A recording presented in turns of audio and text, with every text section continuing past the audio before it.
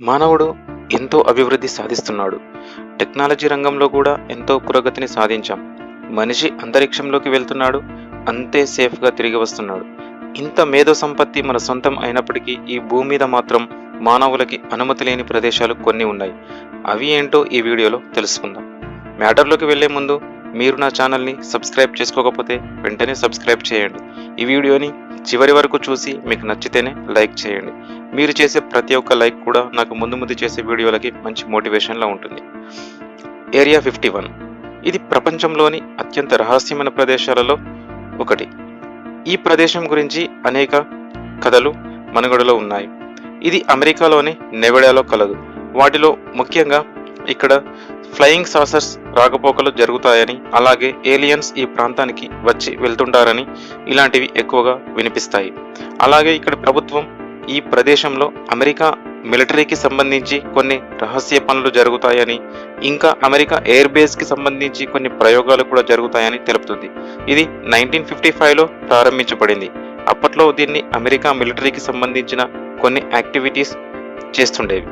ఇది U2 ఎయిర్క్రాఫ్ట్కి సంబంధించిన పైలట్లకి శిక్షణ ఇవ్వబడుతుంది. అంతేకాకుండా కేవలం 8 నెలల్లోనే U2 ఎయిర్క్రాఫ్ట్ని ఇక్కడ నిర్మించడం జరిగింది. 2013లో అప్పటి అమెరికా ప్రెసిడెంట్ ఈ ప్రాంతం గురించి పబ్లిక్ ముందు మాట్లాడడంతో అప్పట్లో ఈ ప్రదేశం గురించి మళ్ళీ చర్చ మొదలైంది. ఏది ఏమైనప్పటికీ ఈ ప్రాంతానికి ఎవరు వెళ్ళకూడదు. ఒకవేళ ఎవరైనా వెళితే వారి పని అంతే. Number 2, white man's gentlemen club. ఇది ఇంగ్లాండ్లోని లండన్లో కలదు.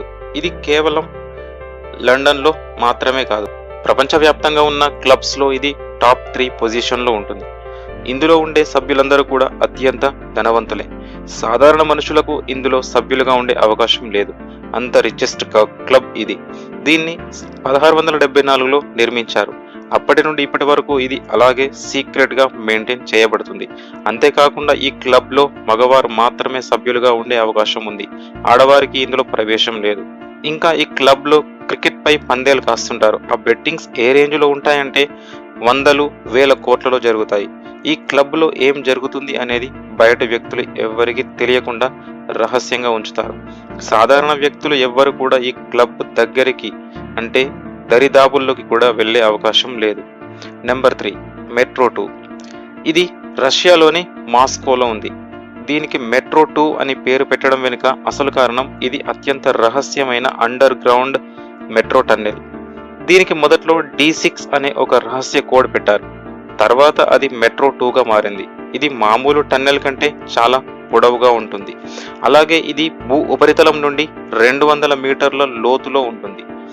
దీన్ని ఇప్పటికీ మినిస్ట్రీ ఆఫ్ డిఫెన్స్ వారు ఆపరేట్ చేస్తుంటారు. ఈ టన్నెల్ ప్రభుత్వానికి చెందిన రహస్య ప్రదేశాలను కలుపుతుంది అని భావిస్తుంటారంతా. ప్రభుత్వం ఏమైనా సీక్రెట్ యాక్టివిటీస్ చేయాలనుకున్నప్పుడు ఈ టన్నెల్ను ఉపయోగిస్తారు. సాధారణ మనుషులు ఎవరు ఈ టన్నెల్ను ఉపయోగించరాదు. Number 4, room 39.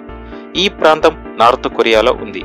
నార్త్ కొరియా అనగానే మీకు గుర్తొచ్చే ఉంటుంది ఆ దేశ అధ్యక్షుడు అతడు చేసే అరాచకాలు.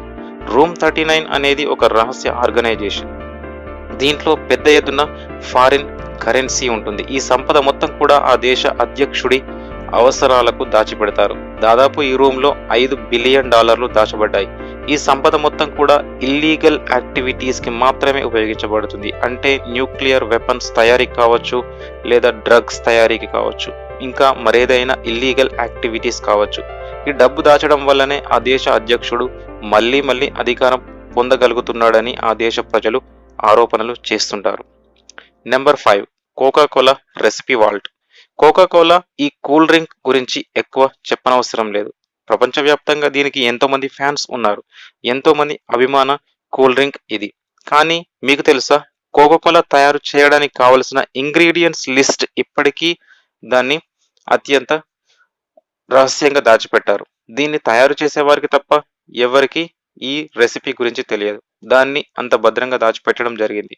ఇది జార్జియాలోని అట్లాంటాలో కలదు. సాధారణ మనుషులు ఎవరు కూడా ఈ వాల్ట్లోకి ప్రవేశం లేదు. దీన్ని 1986 నుండి అత్యంత రహస్యంగా భద్రపరుస్తున్నారు. డాక్టర్ అయిన జానస్ ఫెంబర్ట్ అనే వ్యక్తి 1986లో కోకా కోలాని కనుక్కోవడం జరిగింది. దాని తయారీకి కావాల్సిన రెసిపీని ఓ పేపర్ పైన రాసి దాన్ని ఈ వాల్ట్‌లో భద్రపరచడం జరిగింది. ఎందుకంటే అంత రుచికరమైన కూల్ డ్రింక్‌కి కావాల్సిన ఇంగ్రీడియెంట్స్ ఏమిటో ఇతర కంపెనీలకు తెలియకుండా అలా దాచారన్నమాట. సో ఫ్రెండ్స్, మీకు ఈ వీడియో నచ్చితే లైక్ చేయండి. అలాగే మరిన్ని ఆసక్తికరమైన విషయాలు తెలుసుకోవడానికి నా ఛానల్‌ని సబ్స్క్రైబ్ చేయండి. Thank you for watching.